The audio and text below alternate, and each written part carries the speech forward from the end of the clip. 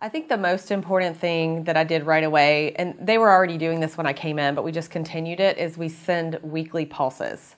And I think that's a really important part of the success of the organization, is to send those frequent pulses, because it gets people expecting that email in their inbox and ready to give their score for whatever it is that week. And then on top of just sending the pulse every week, we actually meet about the responses from the pulses every week.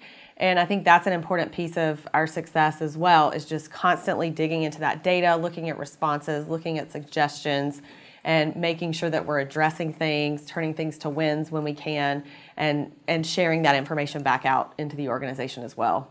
Yes, it's a team approach. When we started, it was the founder and I would sit down together. Now it's the director of operations and I. We sit down, go through all of it, and then we send a summary to the founder, and he's also in there looking, making responses as well as us. More familiar with. Oh, so much better. So I always tell the story of the other organizations I was at before did the annual survey, and the most frustrating part of that every single year was by the time we got all the data back, all the teams have changed, some of the leaders had left, so you would get this data back and it was actually there really wasn't much you could do with it. So you would go in and do a focus group with a particular team, but the team members had already changed. So what I love about TINYpulse is that it's every single week you're checking in with your team members on those important engagement drivers, and then we're able to respond and address things quickly instead of having to wait until the annual survey. We haven't had to do a whole lot of hoopla around it to get people excited about it. They want to share their feedback. They know that we take action on the feedback, and I think that's the most important thing, is you don't have to, make it some exciting celebration if you're actually addressing the issues on there, because that's the whole point of it. But last year, when Greenleaf won Happiest Company in the vertical, we did have a really big party, so that was fun. Made TINYpulse t-shirts and had a big party. In terms of HR processes, I think the thing it helps the most with is who we hire, and really being very intentional about what our culture is. We're starting to understand what people want, what people need, what people perceive our culture to be, and now we're able to hire better to that. And then also the Onboarding Tab has been a really good tool for us as well when we bring new team members on, to make sure that they're engaged and in the habit of answering those questions every week from the get-go.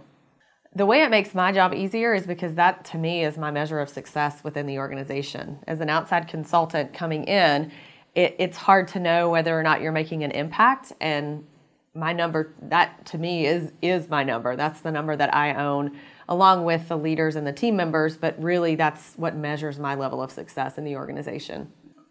I think the biggest thing is anybody that's interested in engagement should use TINYpulse, because especially if you're doing an annual survey. If you're doing that annual survey and you're tired of the data dump that comes in once a year and then trying to figure out what to do with it and having teams change by the time you get the information, I think TINYpulse is the perfect solution for that. And then really any business, I've used it really successfully in a lot of small businesses that don't have a lot of HR resources, that are looking to improve culture, improve employee engagement, but maybe they don't have the resources to have a whole HR team. And I think TINYpulse makes a really big difference in some of those smaller organizations. The whole piece around anonymity is not a question when you have trust in the organization. I've heard several people talk about that at the conference here, is how do you ensure team members that it's anonymous?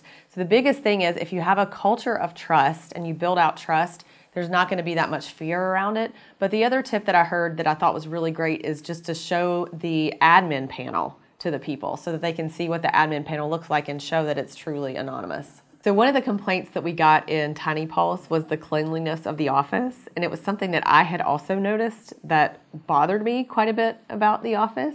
And I was happy to see that suggestion come in, because as soon as it came in, we had a couple of people do some research, figure out, we had a cleaner coming, I think maybe once or twice a month. But now there's somebody that comes every single week, and they come on the weekend. Before, they were coming during work hours, which made it really tough because we were trying to work around them. So I know it sounds small, but it was actually a really big win for the organization to feel like we're in a really nice, clean, fresh office.